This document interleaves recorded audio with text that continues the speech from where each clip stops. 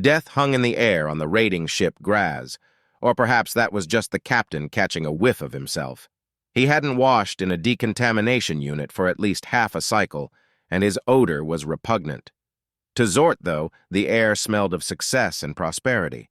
As his many limbs swaggered in confidence down the hall from his personal cabin, he could detect the scent of frying meat wafting over even the strongest of odors. Success, prosperity, and fresh meat. There was little better to the life of a raider. The ship Graz wasn't a pretty thing, and in fact, by pretty much even his lowest standards, it was one of the ugliest ships Zort had ever laid eyes on. But lay them he did, all 10 of them. It might be an ugly ship, but this was his ugly ship, and it was going to make him and his crew rich beyond their wildest dreams. After abandoning their collective career in the mercenary unit of the 23rd Quadrant Military, they had been hard-pressed at first. The front lines had been terrible in their own right, but they always had food. Without the military order and rations, they soon found themselves resorting to their primal ways: cannibalism and ruthlessly hungry carnivorous rage. Any ship that could be boarded was, and serious losses had befallen them by the time Zort took command. Zort liked to think that it was under his guidance that the crew had discovered their innate talent as pirates. The period of disorder had weeded out their weaker counterparts, and they became more and more effective at picking their targets and striking with swift ambushes into vital moments of vulnerability. No longer did they jump at any and every vessel. Zort held them in restraint. His self-control was quite rare to their kind, but it served them well.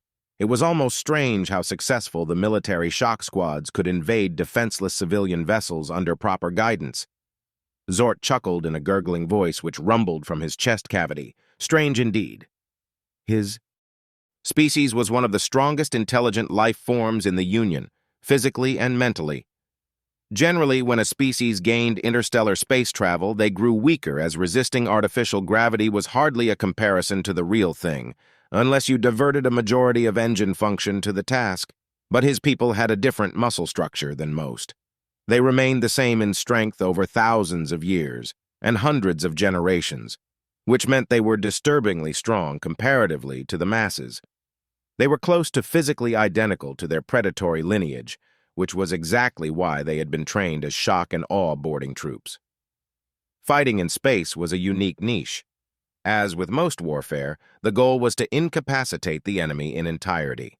Unlike most warfare, there were serious rules respected by both parties. Weapons for use in space were far different than those of planetary warfare. Not only were ships tremendously expensive, they were self-contained environments. To pierce a hull was to doom the one who did it, and for that reason weapons evolved to fill a niche where that didn't occur. Certainly there were still the occasional weapons meant for utter destruction, but for gaining control of a vessel, weapons of finesse and skill, special light pulse rounds, blades, sonic bursts, all weapons dangerous to flesh but not to hulls. These were the weapons which could take a ship and its cargo with minimal damage, and these paired with shock troops were tremendously effective. That training had prepared Zort and his crew well for a life of piracy. For the past 3 cycles, they had led the Graz on several successful bouts of armed robbery. Flying to intercept the farthest-lying trade paths of the outer sectors, they had caught, taken, maimed, and destroyed. In that order, generally speaking, though often enough it could be switched up for the situation. Many factors were at play, but the truth was simple. It depended on how hungry the crew was, and how precious their target's cargo. The Graz was equipped with what Zort liked to refer to as the injector. It shot out a long extendable airlock that could be used to pierce into a targeted ship and establish a forced entry point. It was also equipped with top-of-the-line military force cloaking tech, some of which had come with the renegade mercenaries, and the rest of which Zort had purchased off the illegal market for the price equivalent of 3 large trade ships. It didn't matter, though, because in the long term, this thing had paid for itself. No survivors meant no witnesses, and in space, no witnesses mean nobody would ever find you. Zort loved that almost as much as he loved being rich. Getting away from justice gave him a thrill greater than biting into prey as it was still alive, invigorating. From his seat at the bridge, He watched his crew of cutthroats as they bustled about. All were the same species as Zorg, long-armed and sleek. They were covered in warty skin which coated their 6 limbs. Many wore light rifles with a casual indifference, and some even had blades made of assorted material. These were all bona fide murdering scum, and they all loved their jobs as much as Zort. A loud beeping drew his attention to the scanner above his seat, and a smile cracked across his long, toothy jaw. A trading vessel was taking the long route to Sector 7, and they were going to cruise right within reach of the Graz. Zort laughed in short barks, which silenced the bridge in seconds. The pirates turned their multi-eyed faces to his own, quiet obedience prevalent within the hull of the Graz. They waited for the words. They waited for permission.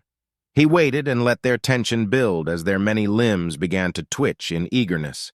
Finally, when they seemed almost ready to explode upon one another rather than wait another moment, Zort spoke. His gurgling voice magnified as it echoed off of the bridge. "Soon we will feast." Yital sat at the bridge and stared at her wrist, under the partial protection of her scaled cloak. Her other hand shifted through the pale blue hair on her head. She could have died, just as her husband had cycles before. She could have died, her guts ripped from her body and her limbs in pieces on the floor, but she hadn't.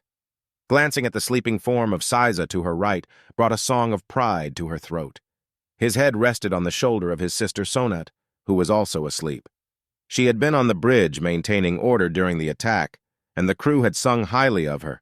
They were her pride, her legacy on the stars. They were her motivation. As she stared at her wrist, the crew bustled around the bridge, singing their songs of work, their graceful forms fluid and relieved.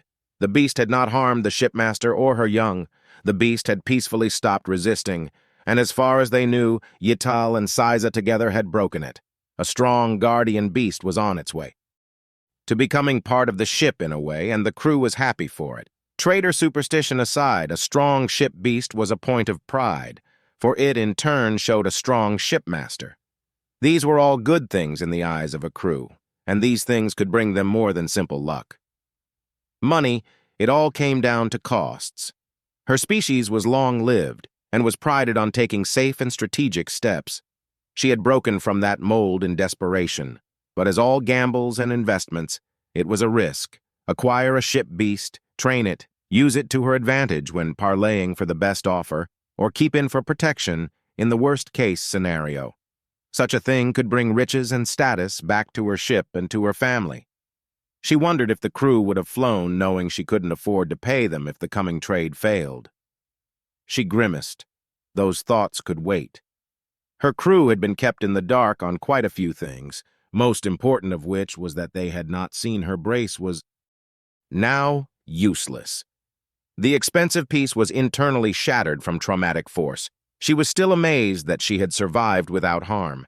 That beast was likely strong enough to kill each and everyone on board the ship without it, and the light rifle rounds she had now on her person were obviously no use against the creature. There was little else on board the ship which could cause it damage in any significant fashion. No space trader would ever allow a weapon stronger than those. To do so could be suicide.